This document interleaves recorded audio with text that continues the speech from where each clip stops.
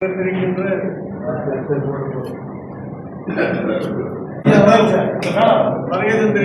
தமிழ் செய்தியாளர்கள் அனைவருக்கும் எங்களுடைய தமிழர் தேசிய அரசியல் கூட்டமைப்பினுடைய வணக்கத்தையும் நன்றியையும் வாழ்த்துக்களையும் தெரிவித்துக் கொள்கிறோம்.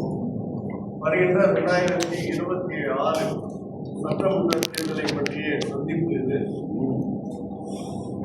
ஏறத்தாழ பல தேர்தல்களை தமிழ்நாடு கண்டுவிட்டது. விடுதலைக்கு முன்னாலும் தேர்தல் இருந்தது, விடுதலைக்கு பின்னாலும் இருந்தது. விடுதலை அடைந்த பின்னால் தமிழ் தேசியம் எழுந்த பொழுது திராவிட கட்சிகள் ஆட்சிக்கு வந்தன.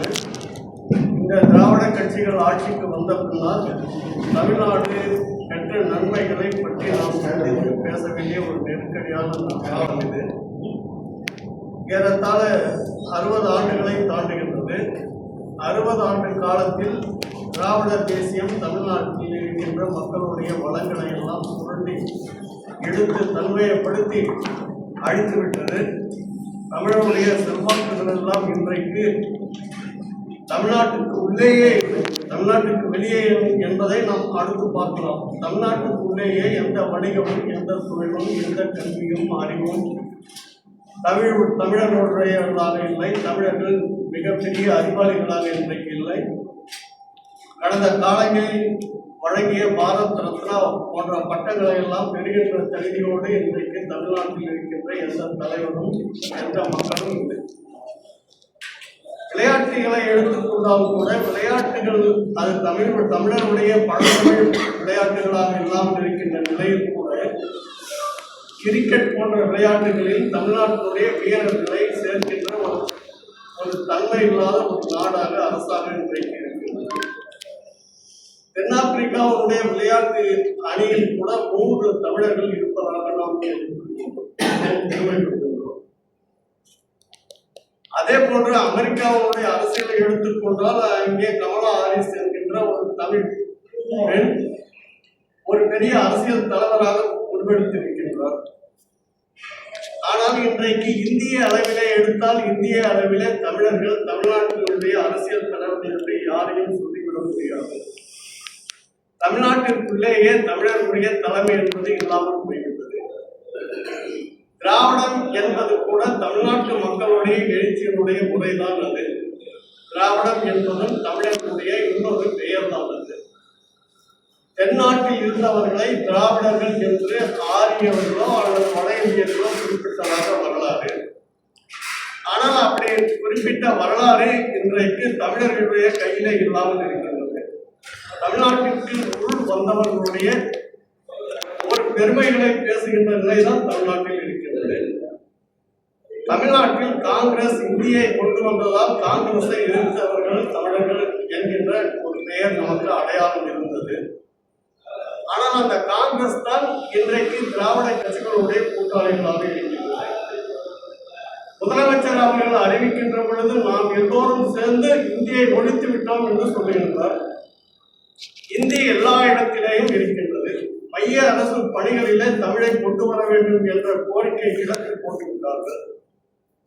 எல்லா மைய அரசு பணிகளிலேயும் இந்தி தான் ஆட்சி செய்கின்றது. அதே போன்று தமிழ்நாடு அரசு பணிகளிலே எடுத்துக்கொண்டால் தமிழ்தான் ஆட்சி என்று 1954 வருடத்தினுடைய ஆட்சி மொழி சட்டம் சொல்லுகின்றது. ஆனால் இன்றைக்கு தமிழ்நாட்டில் எந்த அறிக்கையும் தமிழில் இல்லை. எல்லா துறைகளிலேயும் தமிழ் கிடையாது. எல்லா இடங்களிலேயும் தமிழ் விளம்பரங்கள் கிடையாது, பேச்சு வழக்குகள் கிடையாது. வழக்கு மன்றங்களிலே தமிழ்தான் நடைமுறை என்ற சட்டம் நியாயம் இன்றைக்கு கிடையாது.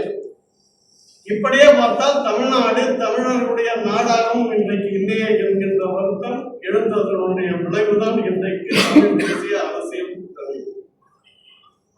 தமிழ் தேசிய அரசியல் கூட்டமைப்பை ஏறத்தாழ 5 ஆண்டுகளுக்கு 6-7 ஆண்டுகளுக்கு முன்பே நாங்கள் தொடங்கிவிட்டோம். ஆனால் வளர்ச்சி பெறுவதற்கான வாய்ப்புகள் மிக குறைவாக இருக்கின்றது.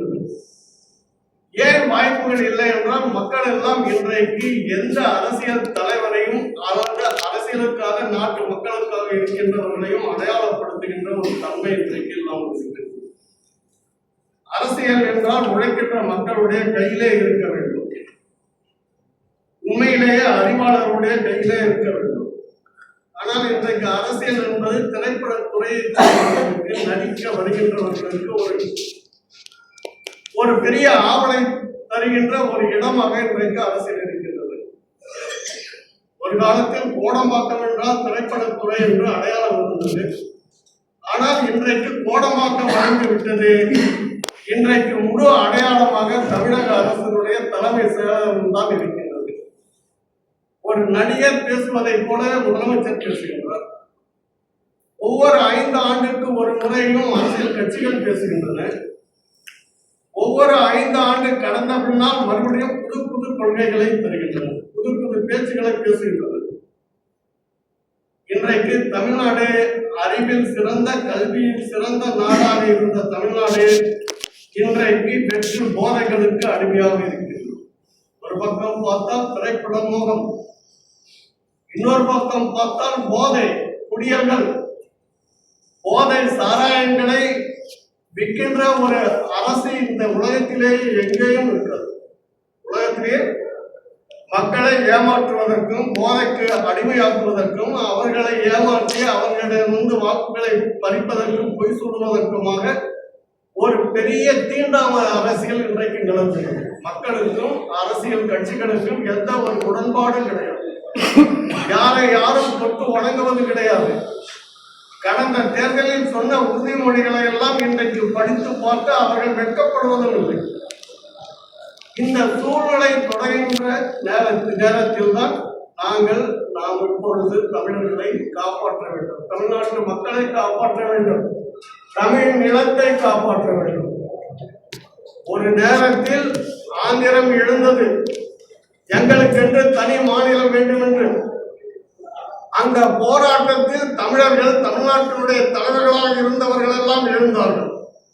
எங்களுடைய மண்ணை காப்பதுதான் எங்களுடைய வேலை என்று வடக்கிலே மங்களங்களார், மாப்போசி போன்றவர்கள், தெற்கிலே எடுத்துக்கொண்டால் எல்லோரும் கன்னியாகுமரி நம்மை விட்டு போய்விட்டது. திருவனந்தபுரம் மலையாளத்தினுடைய தலைநகராக இன்றைக்கு இருக்கின்றது. ஆனால் அதையெல்லாம் மீட்டெடுக்க வேண்டும். கர்நாடகத்தில் இருக்கின்ற கால் பகுதி தமிழ் பகுதிகள் என்று போராட்டம் நடத்தியவர்களுடைய ஒரு உதிரத்தில் சிந்திய ரத்தத்தில் பிறந்ததுதான் இன்றைக்கு இருக்கின்ற தமிழ்நாடு. ஆனால் இன்றைக்கு இருக்கின்ற இந்த தமிழ்நாடு இன்றைக்கு தமிழர்களுடைய நாடாக இல்லையே. தமிழ் படிக்கின்ற நம்முடைய பிள்ளைகளுக்கு தமிழ் பாடம் நடத்துவது கடமையாக இல்லையே. தமிழ்நாட்டு அரசியல்வாதிகள் எல்லாம் மேடைக்கு ஒவ்வொரு பேச்சு பேசுகின்றார். முதலமைச்சரை பார்த்தா அவர் ஏதோ ஒரு அரைக்குறை சட்டையில வர மாதிரி இருக்கு. வேட்டு சட்டையை காணுமே தமிழர்களுடைய உறுப்பாக இருக்கின்றது. ஒவ்வொரு மொழிக்கும் ஒவ்வொரு இனத்திற்கும் ஒரு அடையாளம் இருக்கு. அந்த அடையாளம் எல்லாம் காப்பாற்றப்பட வேண்டும். அந்த காப்பாற்றப்படுவதற்காகத்தான் தேர்தல் அரசியல். அப்படி வருகின்றவர்கள் சொல்லுகின்ற உறுதிமொழிகள் எல்லாம் நடைமுறைப்படுத்தியிருந்தால் இன்றைக்கு இந்தியாவில் மட்டுமல்ல உலகத்திலேயே மிகச் சிறந்த ஒரு நாடாக தமிழ்நாடு இருந்திருக்கும் என்பதுதான் நம்முடைய வேதனை. தமிழர்கள் எங்கெங்கெல்லாம் இருக்கின்றார்கள், அங்கெங்கெல்லாம் தமிழை படிக்கின்றார்கள். தமிழ் படித்து அவர்கள் அறிவாளிகளாக இருக்கின்றார்கள். அவர்கள் படைத்ததுதான் இன்றைக்கு கணினி என்ற ஒரு சொல். மலேசிய, சிங்கப்பூர் தமிழர்கள் கொடுத்ததுதான் கணினி என்று தெரிஞ்சு. அந்த கணினியில் இருக்கின்ற அத்தனை செயல்பாடுகளையும் தமிழ்படுத்தியவர்கள் மலேசிய, சிங்கப்பூர் தமிழர்கள். ஆனால் அவர்களை பற்றி இன்றைக்கு இருக்கின்ற அரசியல்வாதிகளுக்கு தெரியாது, மக்களுக்கே தெரியாது, தமிழர்களுக்கே தெரியாது. ஒரு ஒற்றுமையே இல்லாமல் போய்விட்டது.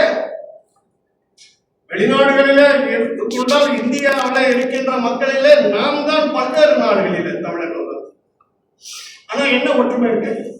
சிங்கப்பூருடைய பிரதம மந்திரி தமிழர் இன்னைக்கு, ஆனா தமிழ்நாட்டுடைய முதலமைச்சர் தமிழா வருவானான்றது கேள்விக்குறியிருக்கு. எப்படி வர முடியும்? எல்லாரையும் சாதியை வைத்து பிரி பிரி பிரி என்று பிரித்து விட்டார்கள். சாதியை வைத்து உயர்ந்தவன் என்பது ஒரு சாதி, தாழ்ந்தவன் என்பது ஒரு சாதி, இன்னொரு சாதி, அந்த சாதி, இந்த சாதி பிரித்து கடைசியாக சாதியே இல்லை. அப்ப சாதி யாருக்கு? திராவிடர்களுக்கு மட்டும் இருக்குது. அவங்க மட்டும் ரெட்டியார்னு வைக்கலாம், அவங்க மட்டும் நாயுடு பாலத்துக்கு வைக்கலாம்.